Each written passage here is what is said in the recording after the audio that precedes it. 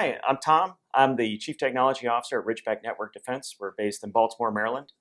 I've got around 30 years experience in the information security space. Our company makes the Ridgeback Interactive Deception Platform, which gets rid of adversaries in real time.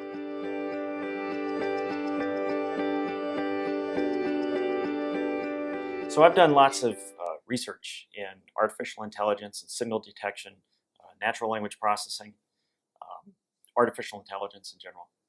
And what I've seen are those techniques that I used in natural language processing to turn unstructured data into structured data, and the same techniques that I've also seen used and help with in image detection, image processing.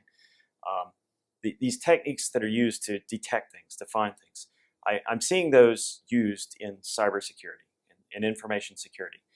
They're used a lot because they work. They work in lots of places. They work in the natural sciences. That's where we got them from.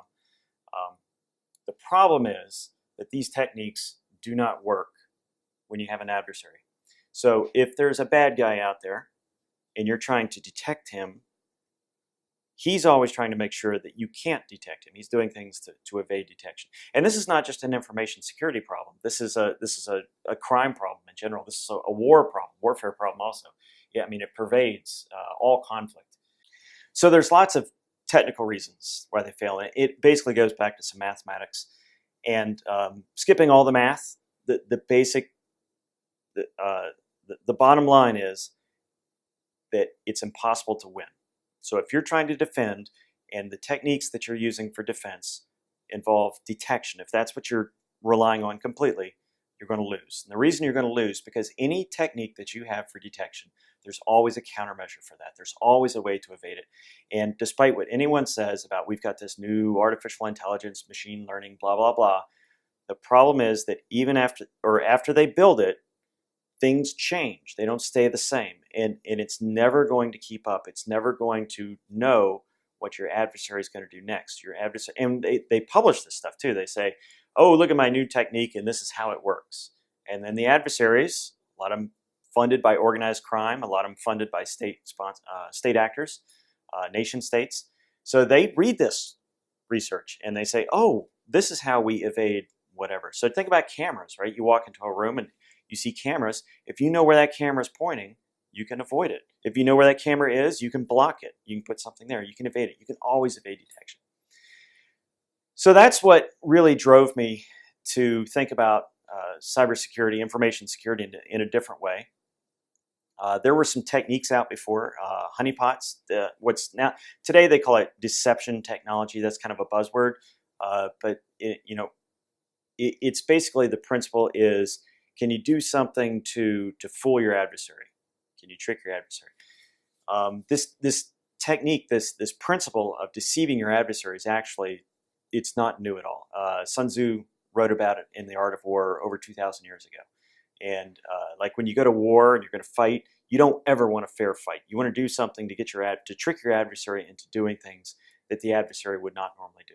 Things that will waste their resources, things that will get them to go places where they really shouldn't have gone.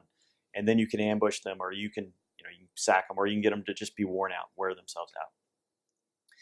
So this idea of deception technology, the earlier versions of it were honeypots, right? And a honeypot is basically, I know what we're going to do. So a researcher says, I know what we're going to do. We're going to put a computer system on the network, and then we're going to let people get into it. It's going to have very poor security, and they can get into it. And then we're just going to watch them. We're going to monitor them and see what they do.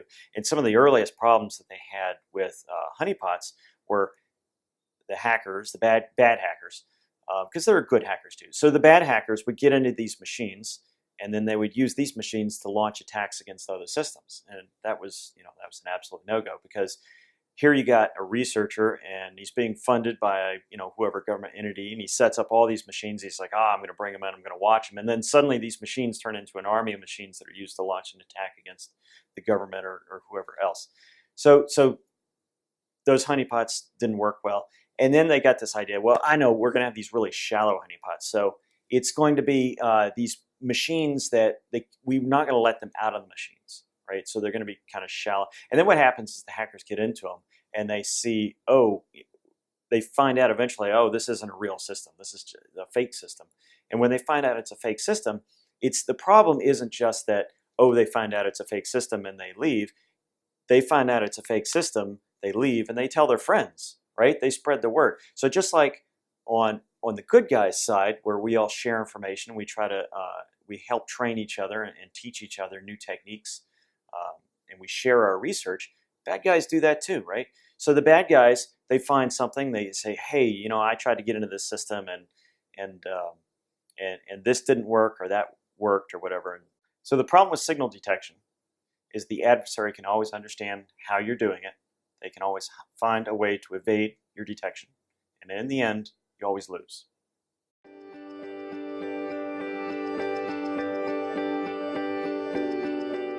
The idea behind Ridgeback is that you don't actually detect things. I like to use a mouse metaphor. So imagine you have a kitchen, and in your kitchen you have mice. You have a mouse problem. And one approach, let's say the common information security approach is, oh, we're going to detect the mice, and then we can get rid of them.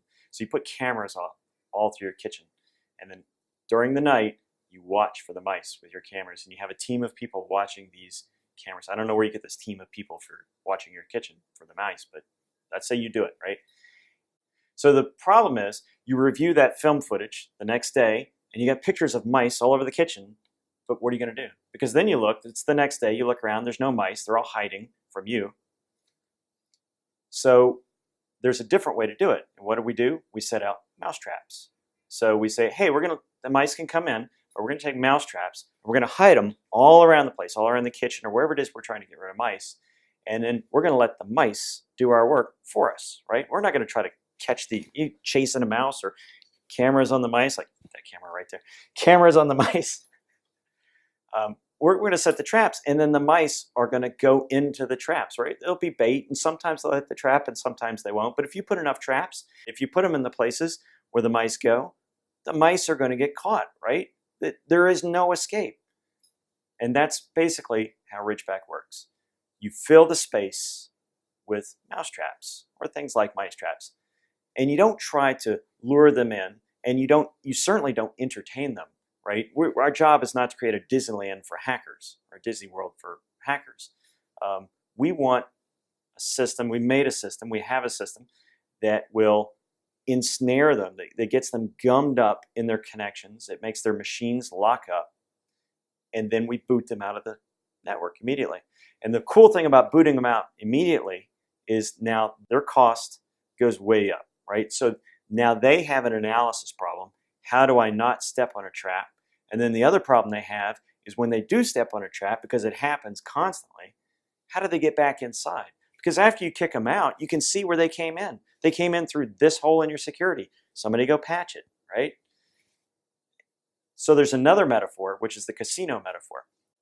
So imagine somebody goes to a casino and they think, I'm going to get all the money because there's lots of money in this casino. And it's just there on all the tables and the slot machines, and I'm going to get it. So they go in and they go up to a slot machine. They say, I'm going to pull the handle on this slot machine until I get a fortune. And they pull it, and of course, what happens? They don't get a fortune, right? They go bust. But then what we do, that's like getting ensnared in the Ridgeback traps, right? They didn't win. So what do? We kick them out. So you take them and you escort them out of the casino, and you say, don't come back. And however it is that they got in, you make sure that they can't get in that way again, that same way. And that's just good information security practice. Now they've got the cost of going back in there. So not only do they have that analysis problem of, how many times do I have to pull this handle before something happens, before I get money, but they've got this other problem. They have this big cost that they've got to expend to get back into the place. So think about this. So if you've got traps everywhere, if you've got this system where they take a gamble, everything they do is a gamble, and if they lose constantly, you escort them out. Are they going to come into your place? Or are they going to go for someone else who's an easier mark? They're going to go for someone who doesn't have this kind of system, who's got some kind of detection method that they can read about and understand and say, oh, I know how to get past that.